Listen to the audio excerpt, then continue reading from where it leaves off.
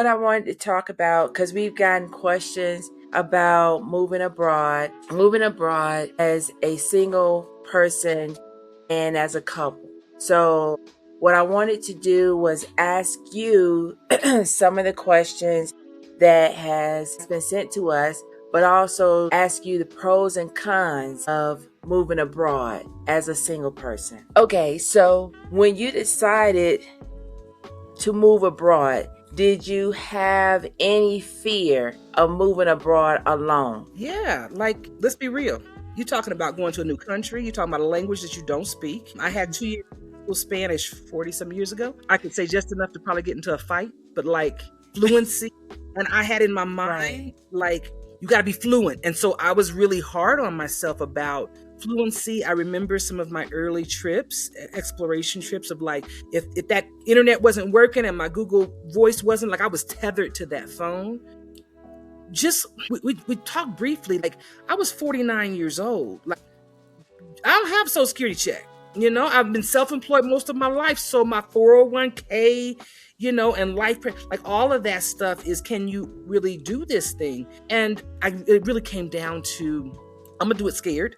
I'm going to do it with some of those fears. I'm going to do it with some of the newly found insecurities that happen kind of when you're in motion. And I really consciously, like, I had a conversation with myself for real and said, what's the worst that could happen? You know how to go do American life. You know how to do that. So the worst thing that would happen is you run out of money and you got to go back to the hustle and grind of it. You got to go back to the United States. If you can't figure it out. And I said, I'm reasonably intelligent. I'll try to figure it out, because what drove me to early retirement was freedom. I wanted to own all of my time. How can I own my time 24 hours, 7 days a week? What do I need to do and where do I need to be to make that happen?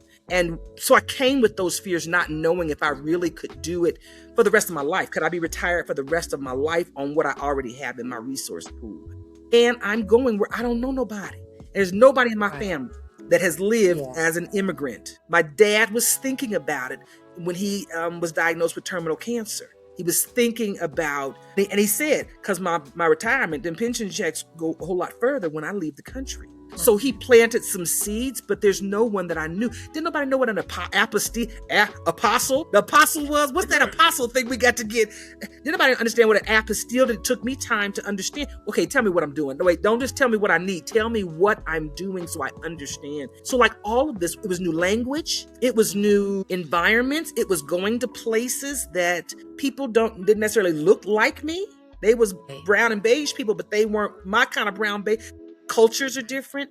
There were fear. Like, this was not a go without fear. This was, I acknowledged the fears, and the benefits for me were greater than the fears. So I went with those fears in my carry-on with me, So it was scary. Right. It was scary. It was jumping off a cliff with a blindfold on into darkness of things you just don't know. You don't know if you can do this thing. You don't know what it'll take. It ends up, sometimes things are better than you expect. And so for me, that's been the experience, that it was worth it.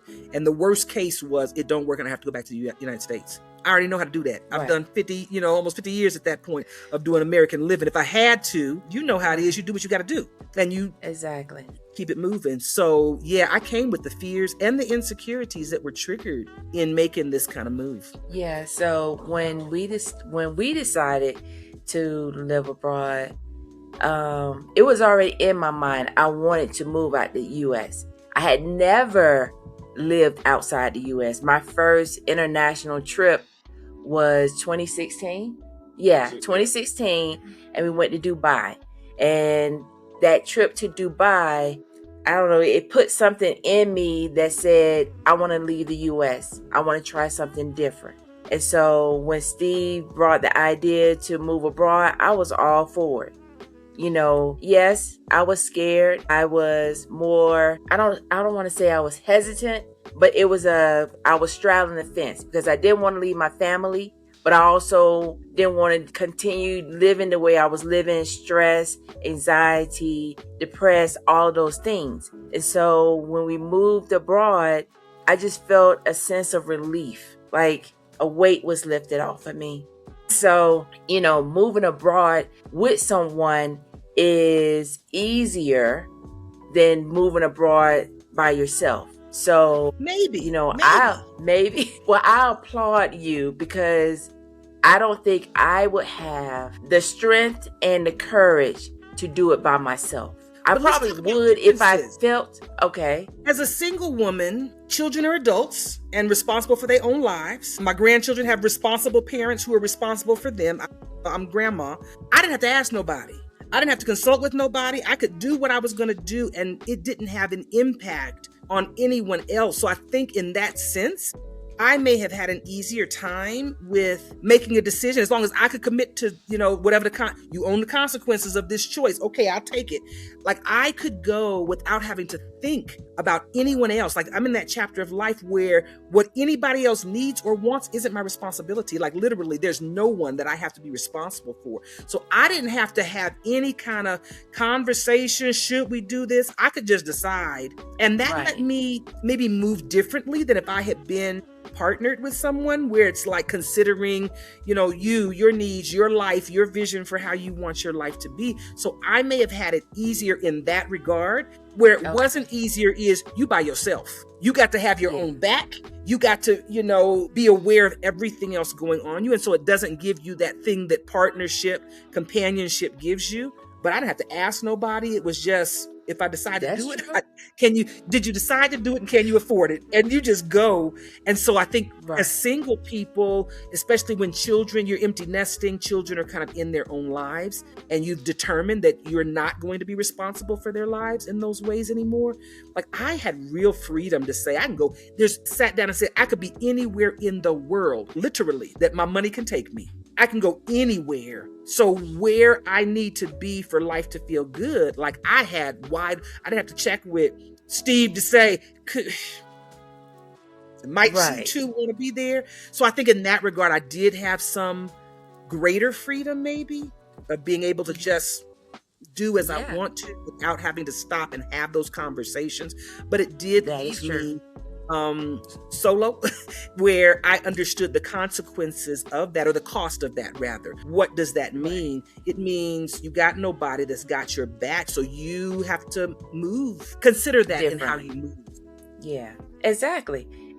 And we talk about, us being a couple. If the thing is, you have to like your partner, not just love your partner. You have to like your partner, because when you're moving abroad, it's just you two all the time. And I do like him and he likes me. So you ain't gotta yell, they can hear you.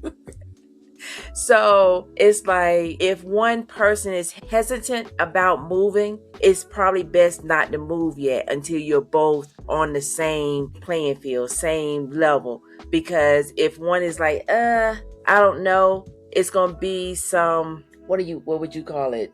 Some disagreements, because it's going to eventually come out that I didn't want to do this anyway. I only did it for you. And I'm not trying to move someplace just because someone else wants to. We both got to be in agreement.